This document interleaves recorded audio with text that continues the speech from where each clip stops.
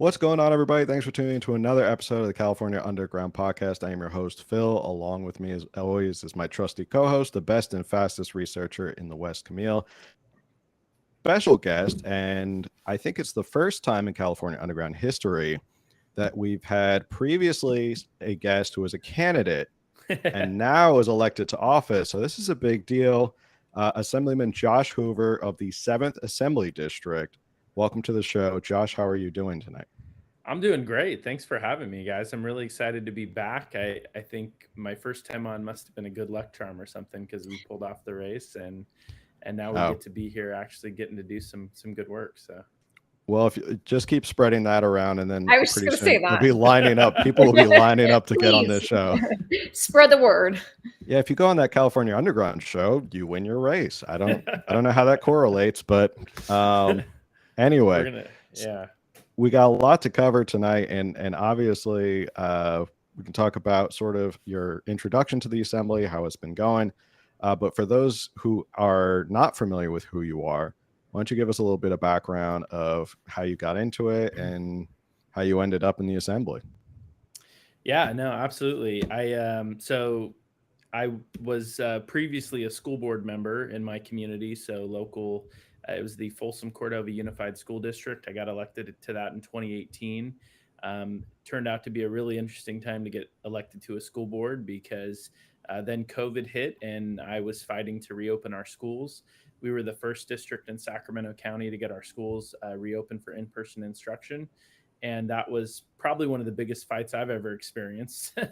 And it was a really tough time, and I've got kids that are in the schools, and so it meant a lot for me to get them back to in-person instruction. And then in 2021, the state redistricted the legislative districts. Kevin Kiley, who was one of the previous representatives for part of this seat at least, ran for Congress, and then the state redistricted the districts. And what ended up happening is I ended up getting drawn into a very competitive district that was actually represented by a long-term Democratic representative, 10 years. He had been representing the district in the supermajority, and I took a run at it, and we were the first legislator to beat an incumbent in the supermajority since 2014. We were the only one last cycle to do that, and it was a very big lift. We got outspent by $3 million, but we were not outworked. We had a fantastic grassroots campaign. I thought we had a better message, and we won that seat, and I'm excited to be representing now the district where I grew up. Awesome. Good for you. That's amazing. Yeah, I don't know if I'd recommend it as a life choice, but it was a very, very intense year, but a very, very great victory. Yeah, but that's really encouraging to hear. Yeah, it was exciting. Yes, I think it's always the feedback I always get about supporting any Republican candidate in California is, they're going to get outspent, they're going to get their teeth kicked in. It's not even worth it. But like races like yours are definitely inspiring because it shows if you have a good message, you connect with voters. It doesn't matter. You can be outspent and you won it and you beat them. And there is hope to beat big money in California, which probably scares unions and stuff like that. But it's a good sign that you can win that way. You definitely can. I mean, it's, I will say it was a slog. I mean, my opponent was probably spending $250,000 per week on television ads attacking me, and we couldn't compete with that kind of money, right? But at the end of the day, our message was pretty simple. We wanted to bring balance and common sense back to Sacramento. We were fighting for safe neighborhoods, great schools, and a more affordable place, for our kids to live someday. And that's pretty much what we stayed focused on, and ultimately it won out over his negative messaging. What could they have possibly said negative about you? You're such an anyway, so. Oh, well, it doesn't necessarily need to be true for them to say it. So, but I mean, they said I was anti-woman. They said I was, tied to right-wing extremists and, all this crazy stuff. I mean, they made up all kinds of stuff. So. Well, when all else fails, they just sling mud, I guess, in that case. Exactly.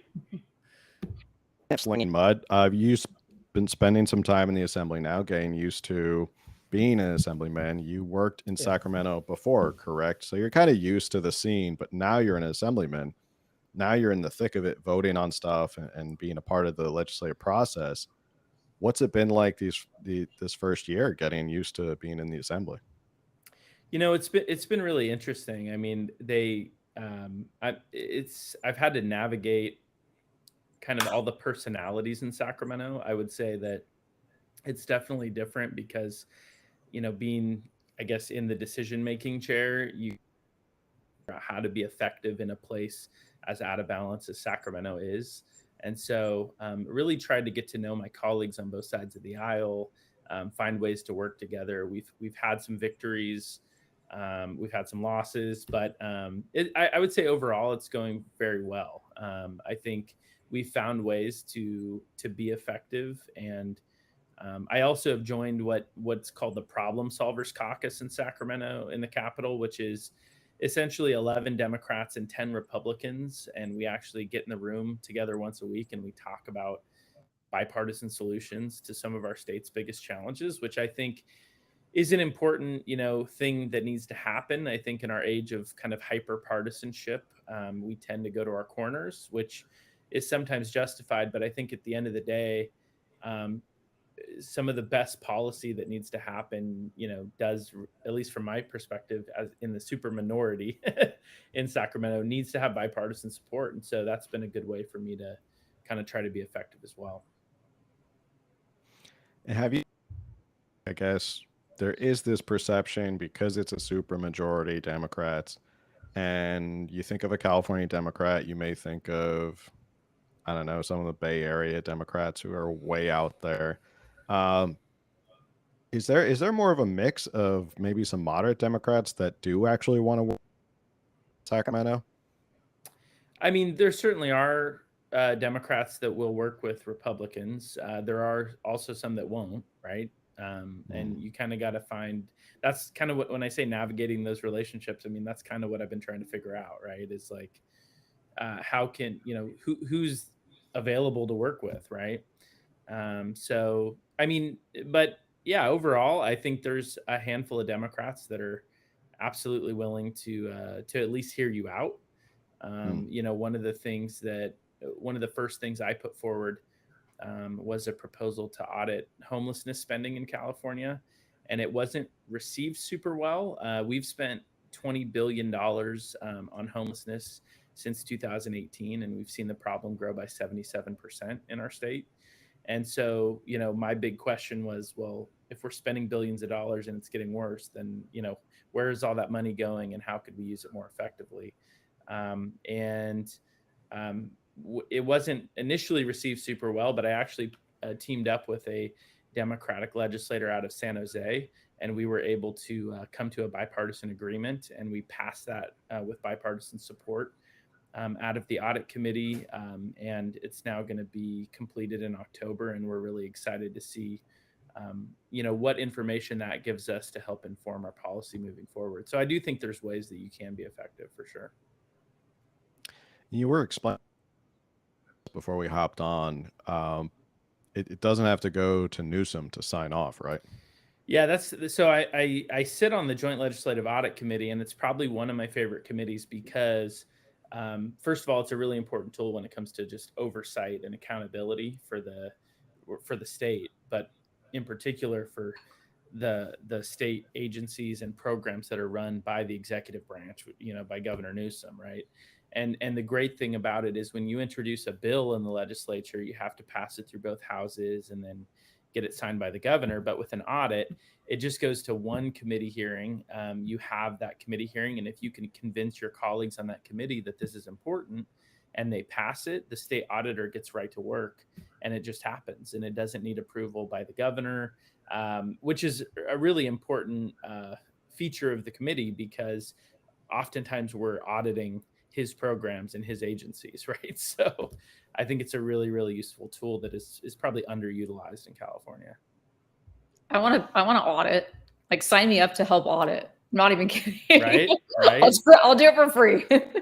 I mean, there's so many great things. We did the homelessness one, but we passed an audit to audit the middle income tax credit program that was a total disaster.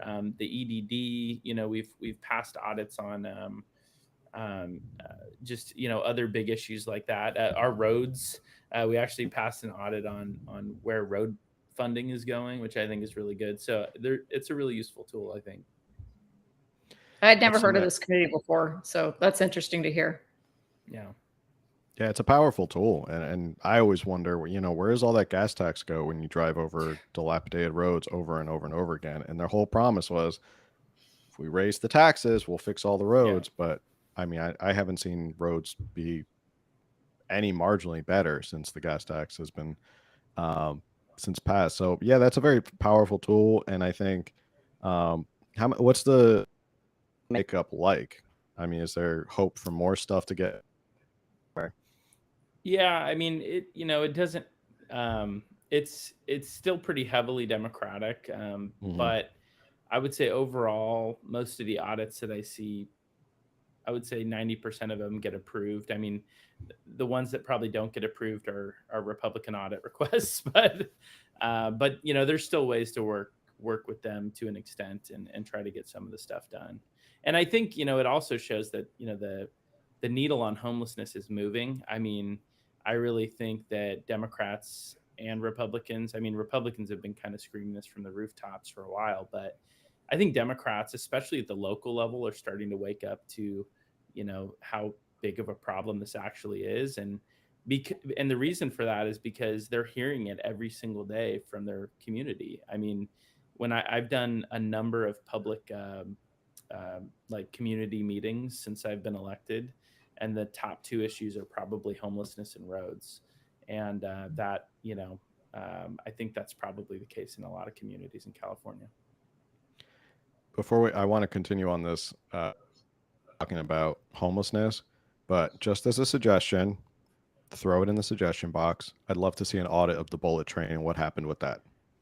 Yeah, you and me both. I actually think that's been attempted, and it was I don't think that one, although there have been a couple audits on that topic, I think, but nothing near what we need to see. But I totally agree with you. It's a mess. I just want to see, is it as bad as True Detective made it out to be? I don't know if anyone else is a True Detective fan. I have watched True Detective, yes. That whole season. That is actually really funny. If people don't know, there's a whole season basically about California and the bullet train and where all the money went.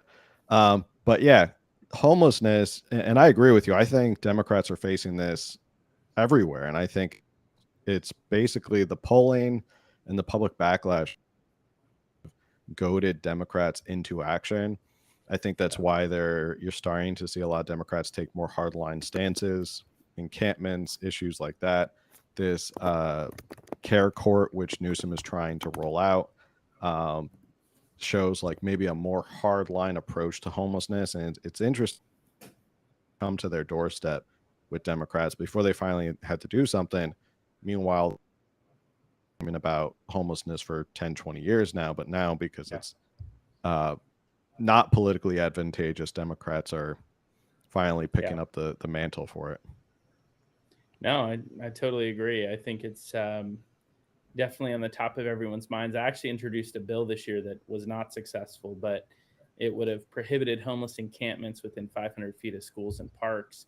And that was rejected by the Public Safety Committee, which is kind of a trend in the Capitol. But, that's a policy that has been embraced by red and blue cities across the state. So, it wasn't some crazy idea. I actually took it from cities like Sacramento and San Diego that had already done it. So, I think I think the needle's definitely moving on that topic. Aren't there laws about sales of alcohol within a certain distance of schools? Right?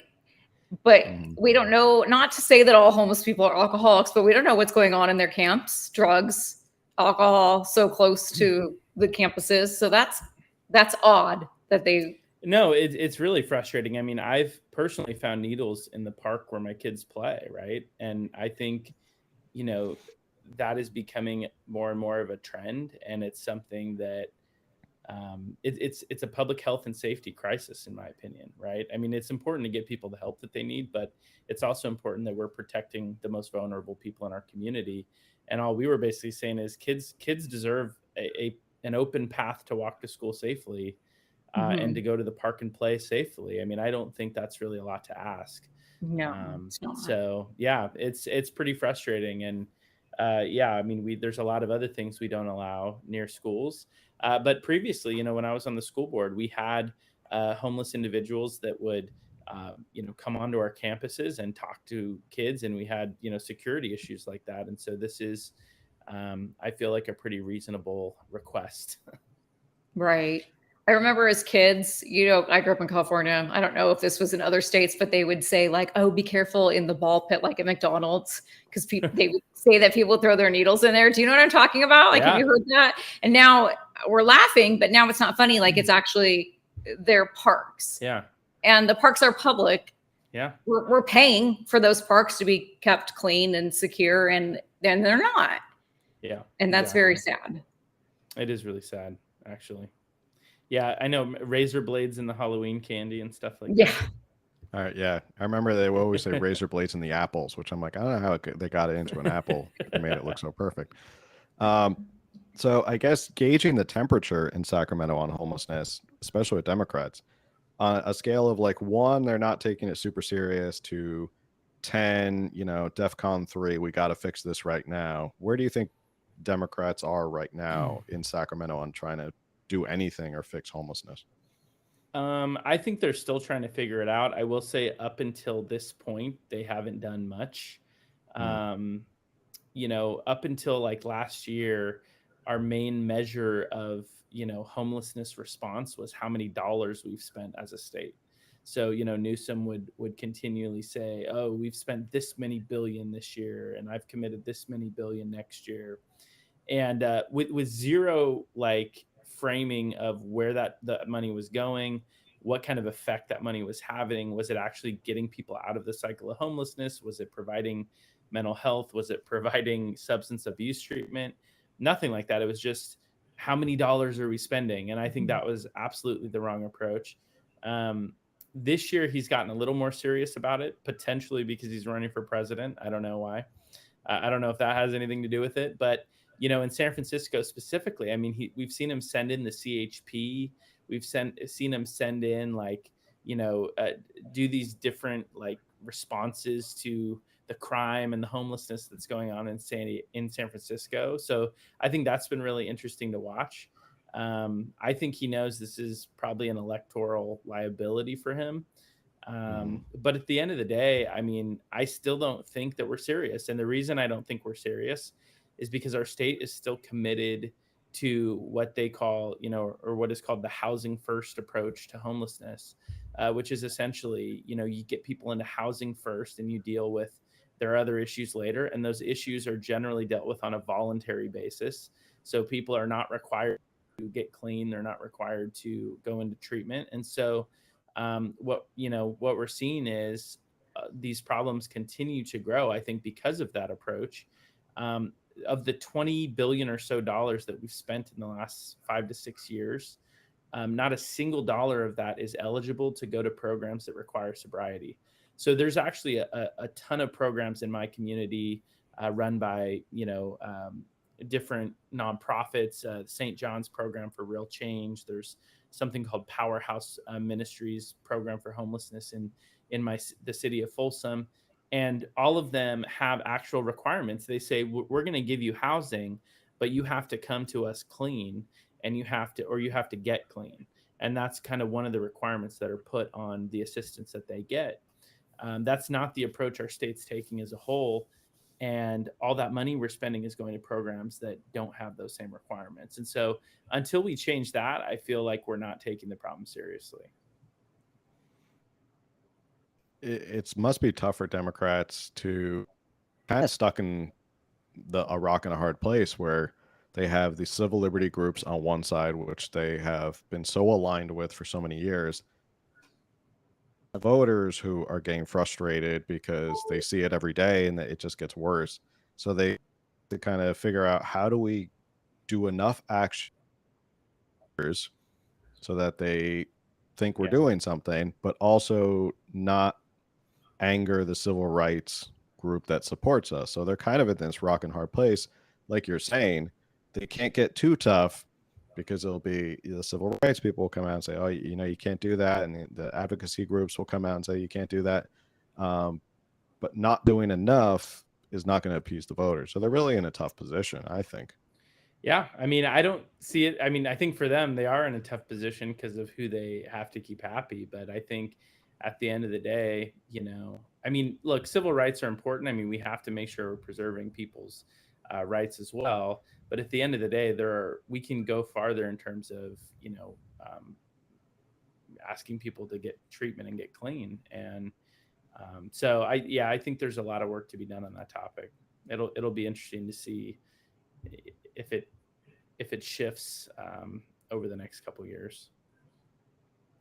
Speaking of money and audits, has there been any audits on where all the money for education is going, and we're, you know, failing as a state in the education department? And then I know you're on some education committees, and like you said, you were on the school board before, so this must be near and dear to your heart.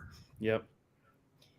Has anyone presented an audit on that, or? Yeah, that's a great question. So I haven't seen any audits on that, but I can tell you, you know, to your point, I mean, I think I talk about this in just about every education committee hearing, being on the Assembly Education Committee, that, you know, we've increased our funding of education in California something like $50 to $60 billion over the last decade per year.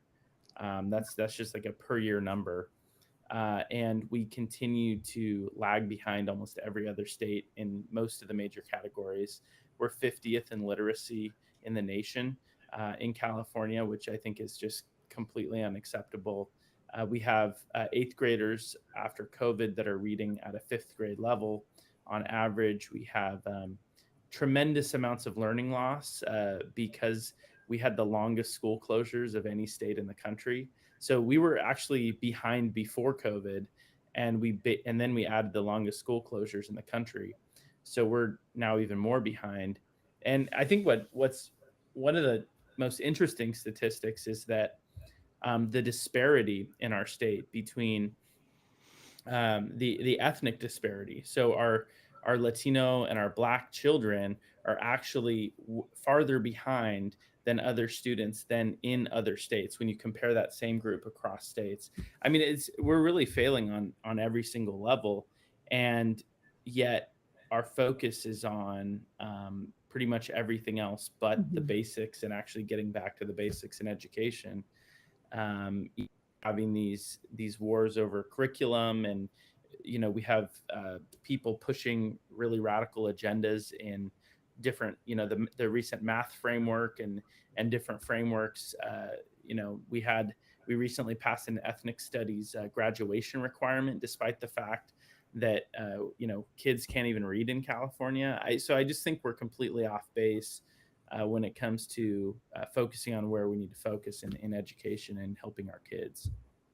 Is there any solution? Is there any, I don't even know how to phrase my question. Is there any hope for this? Like anytime soon?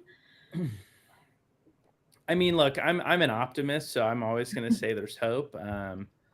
But I don't love the direction that we're going. I don't see, you know, I don't see a lot of the action that needs to be taken to fix this. And I don't see a big willingness. You know, one of the reasons is because the state's largest political contributor to political campaigns is the California Teachers Association.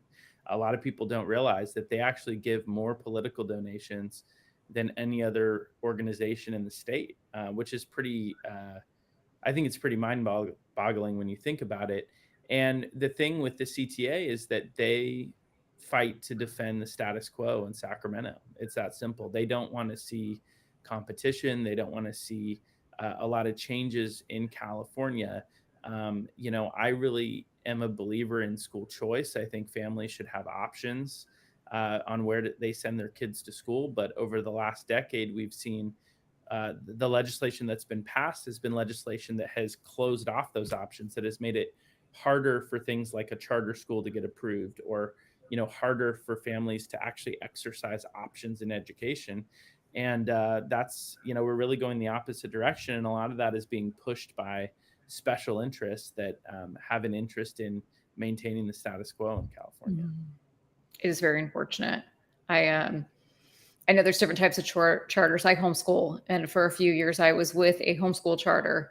It was technically considered that my kids were enrolled in public school, but they kept pushing and pushing, where it was like I was allowed to buy, I'm Christian, I was allowed to buy faith-based curriculum if I spent my own dollars, and that was fine. I was willing to do that with a lot of the stuff, but I could use funds for putting my kids in like art and music and whatnot. Yeah. But then with the teacher, that requirements that they kept pushing were obviously public school requirements. And I understand they needed to have certain requirements to get the funding, but it came down to where I had to choose if I was going to teach my kids faith-based or go with public school funding. And I had to leave based on that, because it was like I had to present with each kid the work that they had done that week, and the teacher could decide if it was enough. And so it was like, if I wanted to do faith-based science, I would have to double up, because they could say, Wow. No, they didn't do enough. It wasn't acceptable. We had to do all the government testing. I don't believe in all that testing. I personally did well in school, but was never a good test taker.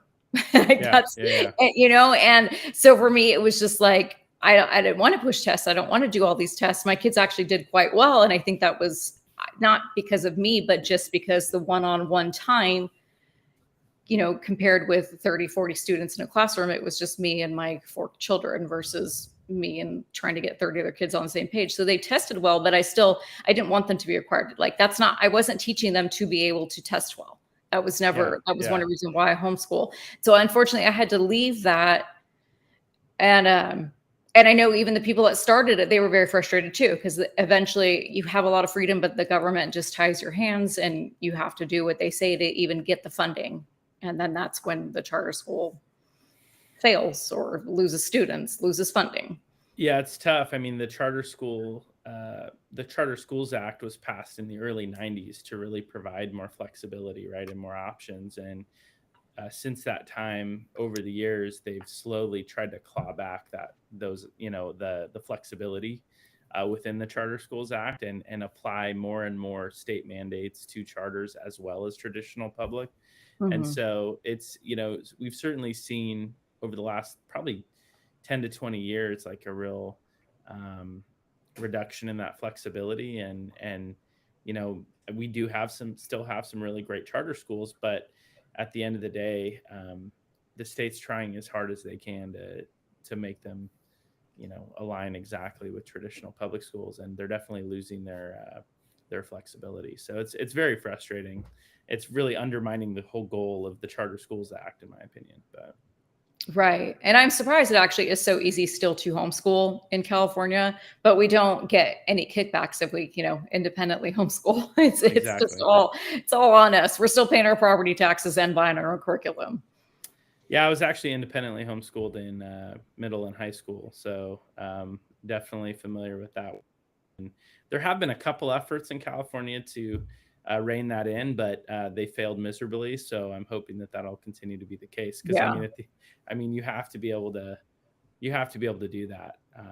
And that's just I just think it's if the state tries to go after homeschooling again, it's purely a money issue. It's purely them wanting to make sure that kids are in school so that they can, get money for those students.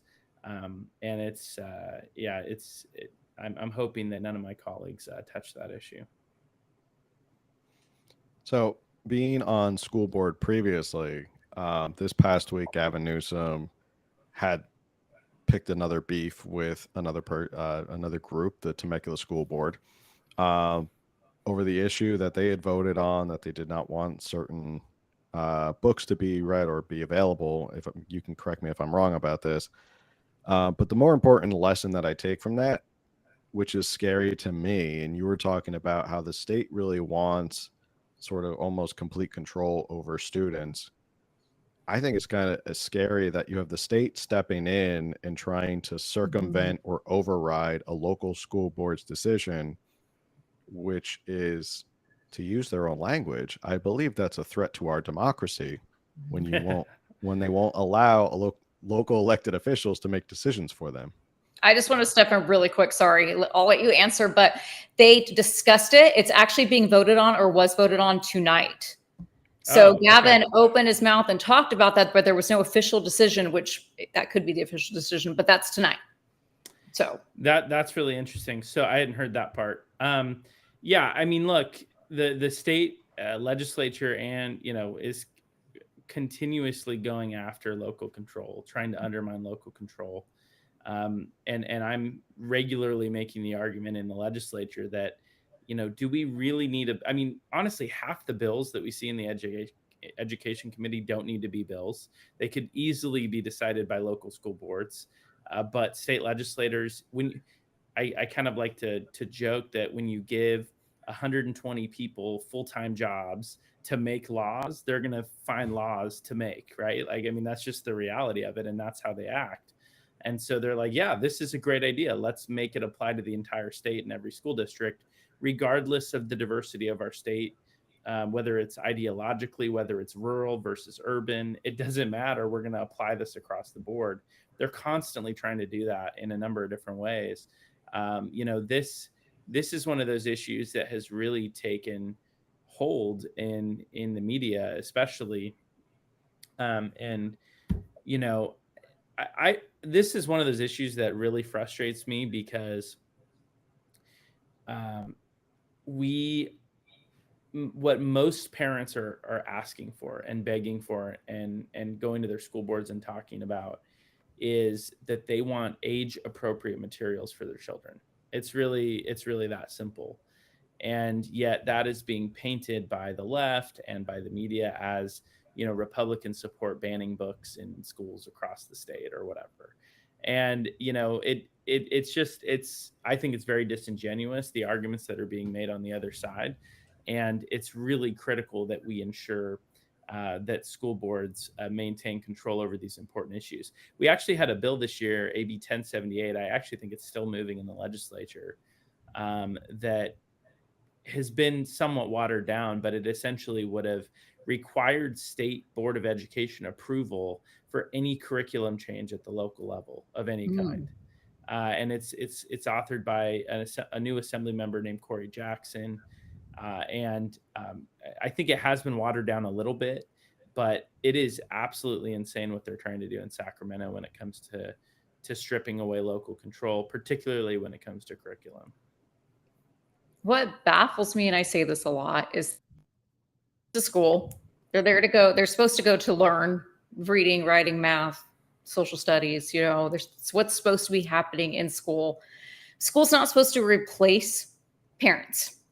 It's not supposed to replace families. It's a place to go and learn specific things. And then if a school district decides this book is not age appropriate, we're not going to include this in our curriculum, everyone cries book banning. And it's like, go rent it from the library and read it to your kids if you care so much. So what if they're only supposed to be in school part-time? The school is not your kids' parents. You want them to learn something outside of that, then go pick it up and read it on Monday night. Well, and this is at the same time when, the left is pushing trigger warnings on just about everything across the board that has ever been created for college students, because, college students need to be warned about the content, or that, content may be too much for them to handle prior to watching movies or reading certain books. And yet they're claiming that Republicans are banning books. It's kind of ironic to me personally. It is. Yeah, that's a lot. Yeah, I guess another reason I homeschool.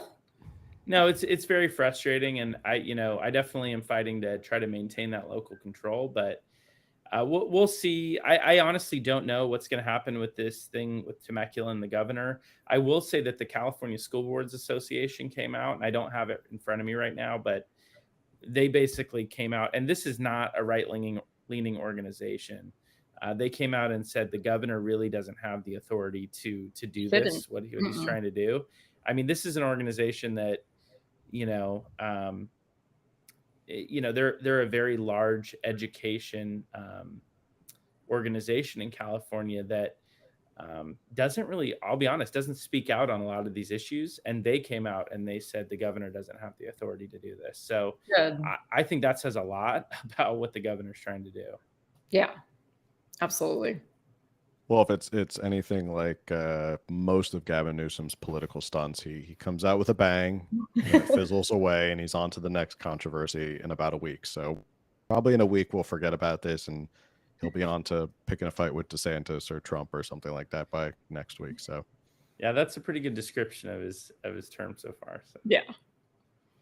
Yeah, I tweeted last week, I think, is went into effect recently with the price gouging, and I haven't seen prices come down in California. In fact, the only reason prices has gone up is because of the gap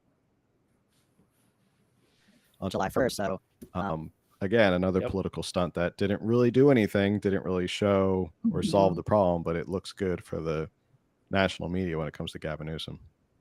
Yeah, it allowed them to go after the oil companies. But even when you talk to Democrats, I mean, I've talked to Democrats offline about that whole push, and all of them agreed it did absolutely nothing other than give the governor a megaphone to talk about the evil oil companies and to talk about price gouging, when in reality it was just a distraction from the fact that we have the highest gas taxes in the entire nation.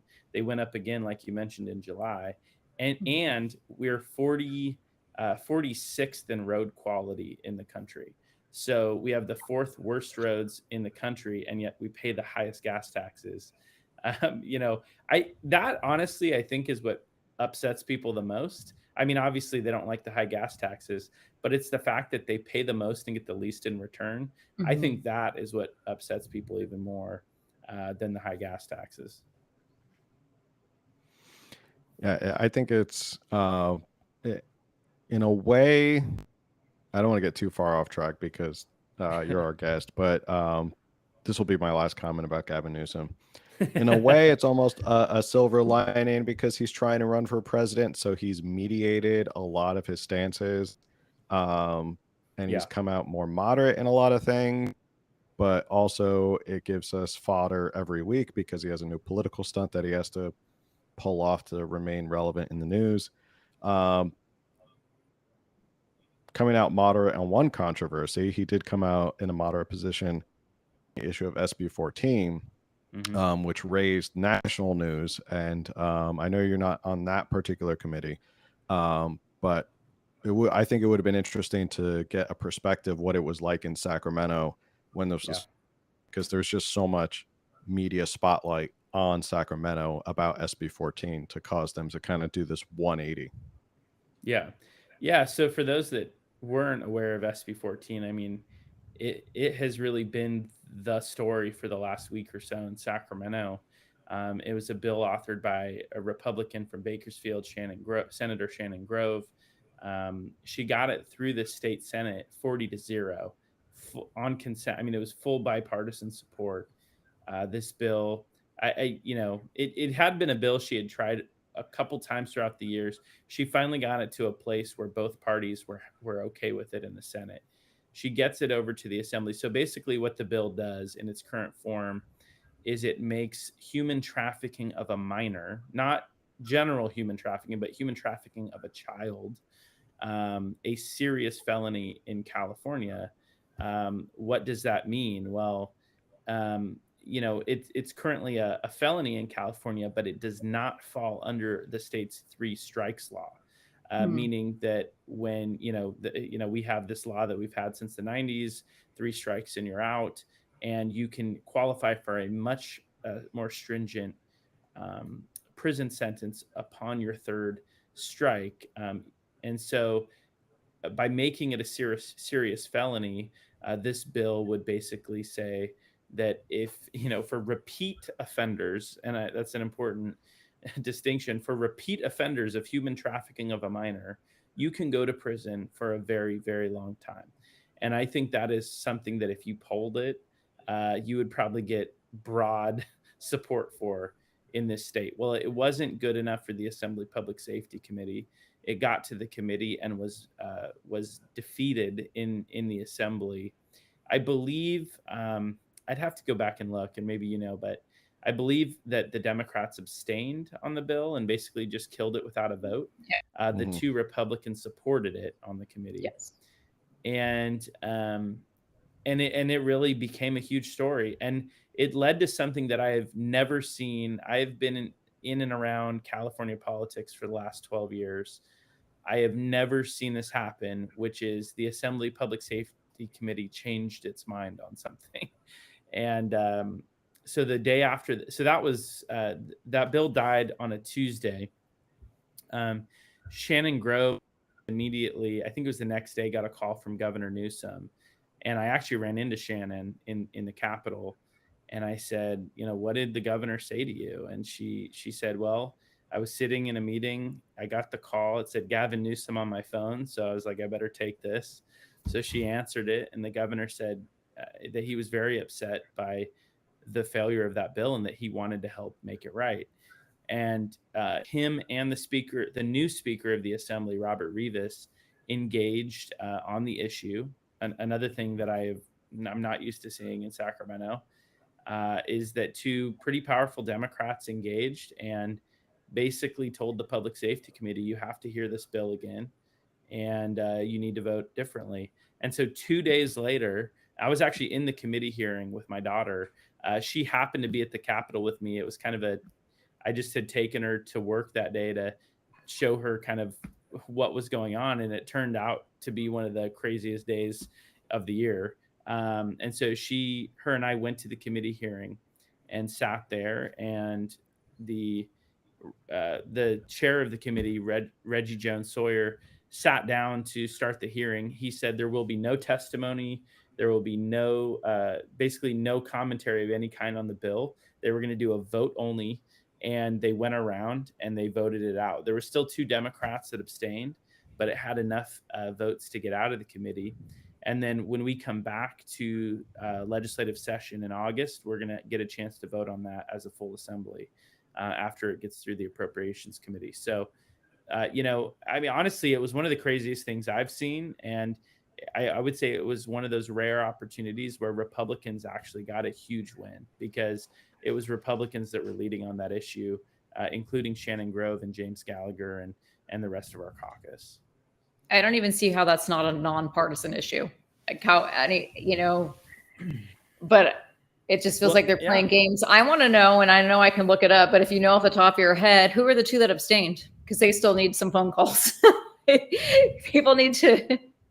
So the two Democrats that abstained, one of them was Assembly Member Isaac Bryan from Los Angeles.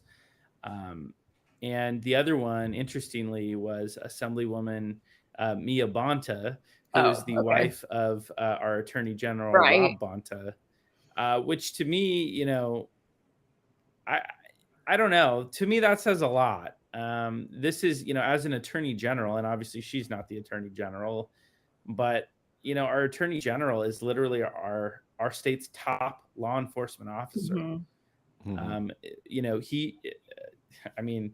His job is to keep kids safe from human trafficking and a number of other things, right? And so I was a little dismayed that it didn't get full support, right? Especially after coming out of the Senate 40-0, which by the way is not there are a lot of very progressive people in the state Senate. So this wasn't something that was, some crazy right-wing bill, right? According to them, right? This was a bill that got support from every progressive member of the Senate. So it was really, really upsetting to see that. Yeah, I'm really glad with how that turned out so far, but it's ridiculous that it got there. Embarrassing, sad, pathetic. All of the above. I think I actually saw a picture of, I believe it was Shannon Grove, hugging our favorite state senator, Scott Wiener. Yep. We say that in cheek, obviously. You're so right. that's how unanimous it was. It's Yes. when you describe it that it was, they're making it so that if you're a repeat offender of child human Second time trafficking, offense. Yeah.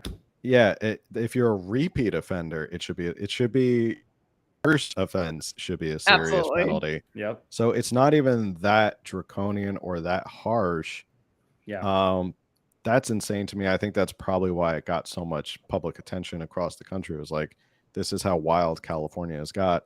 Do you think, you can be honest? We appreciate the honesty. Do you think that bill got reintroduced because of public backlash, or do you think it was because people thought it was the right thing to do? I think it was in large part because of the public backlash. Yeah. But See? yeah, I really Sorry. do believe that. It was, I mean, it got a lot of attention. Media actually covered it, I think, in the right way. People, where your voice matters. Yeah. Everyone listening, your phone calls, your emails, they matter. They Look what got happened. flooded. They got 48 flooded. hours. Yep. They got flooded with calls. They got flooded with, I mean, we've seen backlash on a lot of different bills. This was probably the biggest one. I mean, we had Democrats on Twitter who were yelling at the Public Safety Committee. I mean, this is, it was a pretty unprecedented level of public outcry. And I guess give credit where credit's due, even though it's not his thing, but Gavin Newsom did make the phone call and say, hey, you guys are going to go in and vote differently. You're going to vote. You're going to go. Yeah. And, Gavin Newsom may have done that. I mean, I want to believe that Gavin actually thought this was ridiculous. And, he's a father, right? He has young kids. I fully believe that he thinks this is the right policy. But I think I would say the bigger credit, because you could say that, this could have cost him some political points at the national level had this, continued to go the way it was. But I think the bigger credit actually goes to our new speaker, Robert Rivas, who I think still has a long ways to go in showing exactly how he's going to lead the assembly. But he actually stepped out that the day after that and said that he wanted to make this right. And he's not running for president, right? So, yeah, I really felt that he engaged immediately and pretty swiftly on this, and that was good to see, because we need, he got sworn into, I think, as speaker 13 days prior or something. That's like what that. I thought. I'm like, he's brand new. He's brand new, and so everyone's kind of waiting to see how is this guy going to lead the assembly. He made some comments in his swearing in speech that, he said, look, doing the right thing sometimes requires working with people you don't always agree with. And I appreciated that, but it's kind of one of those things you want to wait to actually see it, right? Like, I'm not going to take someone at their word. I want to see what you do. And, to his credit, he engaged on it, which I thought was really good. I hope he keeps that up. Yeah. Yeah. Talk about a warm welcome to your new job as speaker. That's like the first thing right off the bat is this big controversy.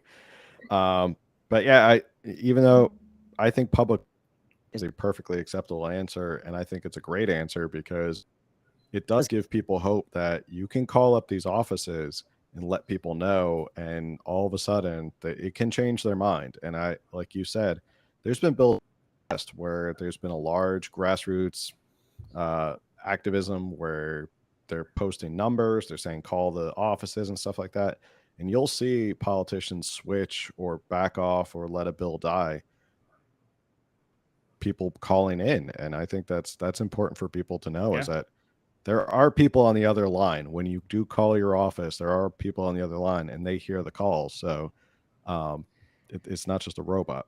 And honestly, at the very least, and this is just, I like to tell people this, because at the very least, it'll make them think twice the next year when they are looking at something super controversial to introduce. And they know in their head, if I introduce this, I have to be ready for a fight. I have to be ready for committee hearings that last hours and hours, because people are going to be that angry about it. I think it's important to remind our leaders that, we're not going to let you do this without, some public input, right? And it makes them at least think twice the next time they want to introduce something really crazy. Yeah. So I think it's important because people feel kind of dismayed that there is a majority in Sacramento. They feel, oh, there's nothing I can do. But you can call up and you can definitely let people know, and you can weigh in and push and get some bills changed up a little bit. So that is kind of an inspiring message. Yeah, it's the human trafficking bill was a good example of that. We also stopped a bill this year that would have banned, essentially defunded school resource officers, school police officers in California this year. We stopped the police canine ban. I don't know if you guys talked about that at all on this podcast. That bill got defeated this year. We stopped a bill that would have stripped law enforcement of the ability to use consensual searches in the field. And so, I mean, there are bills that the public still, has an impact on. And so it's not always doom and gloom. So everyone listening out there, be ready to pick up that phone and call the Assembly, bombard Sacramento whenever you see a bill. And we do our best to try and get stuff out there. And I was going to say that we'll try to be better about that too. Whenever there's we try to do the grassroots call to actions, and that's good. That's important as well. Really we got about a couple minutes left before the hour. I want to finish up by just kind of asking you, what are your goals for the rest of the year? Now that you're kind of settling into your role in the Assembly, what are some big goals that you want to achieve in this next year, or even also in next year in your term? Yeah, I think I mentioned, my goals are pretty straightforward. I mean, I think we have to tackle the homelessness crisis in California. I am going to continue fighting for our schools and education to make sure that families have choice and options. And, honestly, get politics out of our classrooms. It was interesting. There was a bill this year that would have kind of, it was actually a penalties bill, which I thought was kind of funny, that would have increased penalties on harassment of teachers, which, I personally don't have a problem with that bill.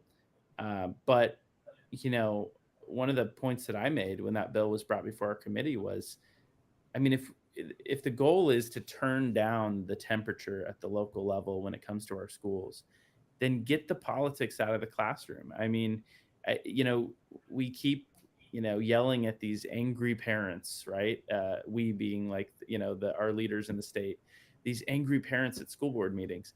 Well, why are they angry? Because you're injecting things into the classroom that should not be there.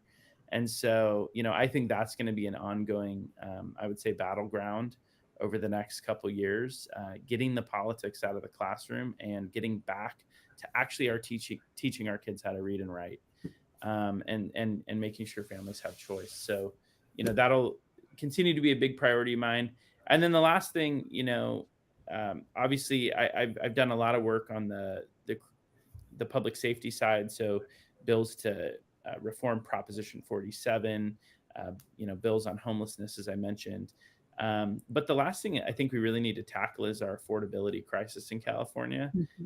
I'm really worried that our state is quickly becoming a place where my kids aren't going to be able to afford to live. And I would hate my kids to have to move to a different state in order to purchase a home, in order to build generational wealth, in order to raise a family. I want them to be able to do that here in California.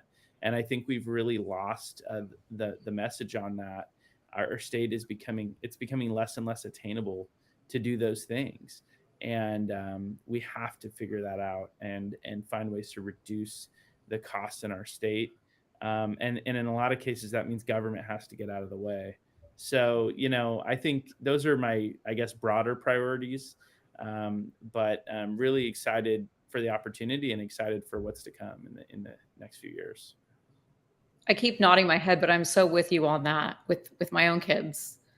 They're growing up and I want them. Like, I'm just like, you guys can all just live here forever. Not really, but if they want to move, I understand they want to move and do different things, but I don't want them to have to move. I hope that they want to stay nearby, and raise their own families here. My parents are like 2 miles away, and I love that my kids get to see them all the time. They have a great relationship with my parents, and it's so hope to have the same with my own grandkids someday. Well, and as crazy as California is politically, I mean, I love this state, right? And Yeah. I that's why I'm still doing this, because I believe in this state. I believe that we can get back to a better place, and it's because I love this state, and I want it, I want it to return to some level of sanity. Yes. Yeah, I think I've mentioned this before, and this has become like a running thing on the show. My wife and I actually went and looked at houses earlier this year around February, and we just got completely dismayed at the fact that we weren't looking for anything crazy, and we Yeah. both have good jobs, we both work hard, we both have good credit. We got like the loan companies were tripping over themselves to pre-approve us for a loan. And we looked at it and we're like, it's just not affordable. It's just not No. affordable for us, which is sad. And it's like, we're sitting here looking at each other like, if we can't afford houses Yeah. in California. So the affordability thing I is don't know. just, it's insane. You look around and go, how do people live here anymore? Yeah. So Yeah. It is crazy.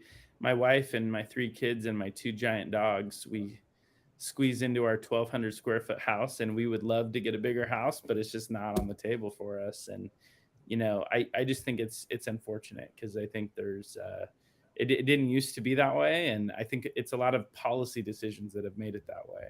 So Yeah. I've been a stay-at-home mom for almost 18 years. And now I'm like, sorry, kids. I know we used to just go grocery shopping and buy groceries. Now it's like, okay, stick to the list, because it's crazy how I was trying to explain to them. I'm like, everything costs more. This drive to the grocery store is costing us more. I'm like, and our paycheck, my husband's paycheck hasn't gone up. So sorry. Yeah. yeah. Very frustrating.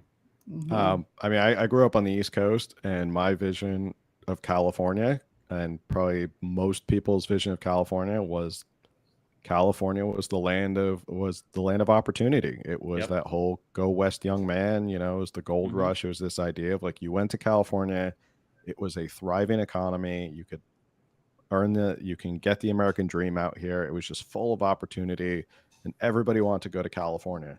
Now, that's definitely not the view, and that's the sad thing, is we've gone from that shining kind of city on the hill to Yeah. complete collapse at this point. Did you see the story? We're projected to lose like 5 congressional seats by 2030. Yeah.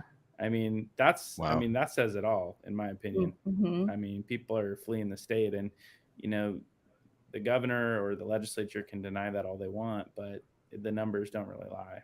Right. Yeah, and a dwindling tax base only hurts their long-term Yeah. goals of spend.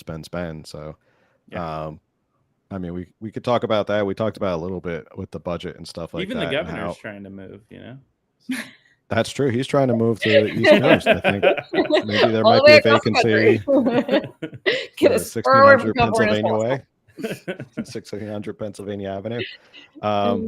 But yeah, I don't even think California is ready for a recession, if that were to happen with revenues and the way it is with our budget. So I think California would be in big trouble if there was a recession. And I don't know how I mean, you're in the assembly, so you guys would be kind of digging your hands in there and getting dirty to figure out what you have to cut and what has to be cut back. Yeah, next year I will just say I'll preview this. It's gonna be a lot worse than this year. So that's what the projections show. I mean, our budget is probably going to be in a worse position next year than it is right now, and we're already facing a pretty big deficit, about $30 billion as it is. So not good. Well, yeah. Well, to end on a cheery note, let's end on a cheery note. Let's end on a cheery note. Josh, thank you for coming on. Where can people find more about you and follow you? Because, and this is my opinion, I think you're part of a new wave of young Republicans who are coming into the assembly with new ideas, fresh ideas, which is amazing to see. And I think we need that. I think we need that in Sacramento to kind of shake things up. So where can people go and find you, follow you, learn more about you? Yeah, so I've got my Twitter up here on the screen at Joshua_Hoover. And you can find me at that on Instagram and Facebook as well. So, definitely on social media. Also, have I'm doing this weekly kind of podcast thing, not to pitch a different podcast, because you got to listen to California Underground first, and then you can listen to my podcast. But it's just like I'm giving weekly updates on what's going on in Sacramento. So it's like at Point of Order Pod. But, I think overall, I agree with you. I think we need new voices in California, and we need, I think we need a new generation that's willing to kind of shake it up. And so excited to be a part of that movement. Awesome. Well, thanks for coming on. It's open whenever you have something you want to come on and talk about. Feel free to reach out and let us know. So yeah, I appreciate it. Yeah. And happy to come on anytime if you guys want to chat about stuff going on. And look forward to it. Thanks for having me. And make sure you spread that rumor that if you go on the California Underground podcast, you're likely going to win your race. So there's that. Yeah. Oh no, that is really good, actually. Yeah. So. We'll be my email box will be full after that. People coming, hey, can I come on? Even Democrats will be guest requests. The winner's circle right here. Yeah, Democrats will be, hey, can I come on? Sure. I think it was. You know what? I am going to say that there's no way to disprove this, right? So that's true. Yeah, that's true. You can't disprove a negative that we did not help your campaign. All right, Josh, thanks for coming on again. Make sure to follow him on Twitter. Check out his podcast as well. I'm gonna go subscribe to it and make sure I check in every week, because we're gonna start a new episode every week where we critique your episode, or just we learned that Sacramento this week. We'll check in on your episode. We don't even have to do any research. We're just gonna use your podcast. Well, fun fact: Governor Newsom is actually my constituent too. So Oh wow! That is actually that's really fun. You should have opened with that. I know. I actually forgot, but that's one of the fun things I like to mention. That is really fun. I never even thought about that. Representative. That's awesome. He still hasn't called me. In fact, I've never even got a chance to sit down. You should meet up with him for coffee and donuts. I should. I wonder if it irks him that his representative in Sacramento is a Republican, that he has to call and reach out to. But one can hope. One can hope. Just the little things. But yeah, make sure to follow Josh, listen to his podcast. And as for this podcast, if you're a fan of this podcast, make sure to like, share, subscribe, review, all of that stuff. Share it with friends. Best and free way to support this show. Send it to somebody who would be interested. Spread the word about it. And with that, have a good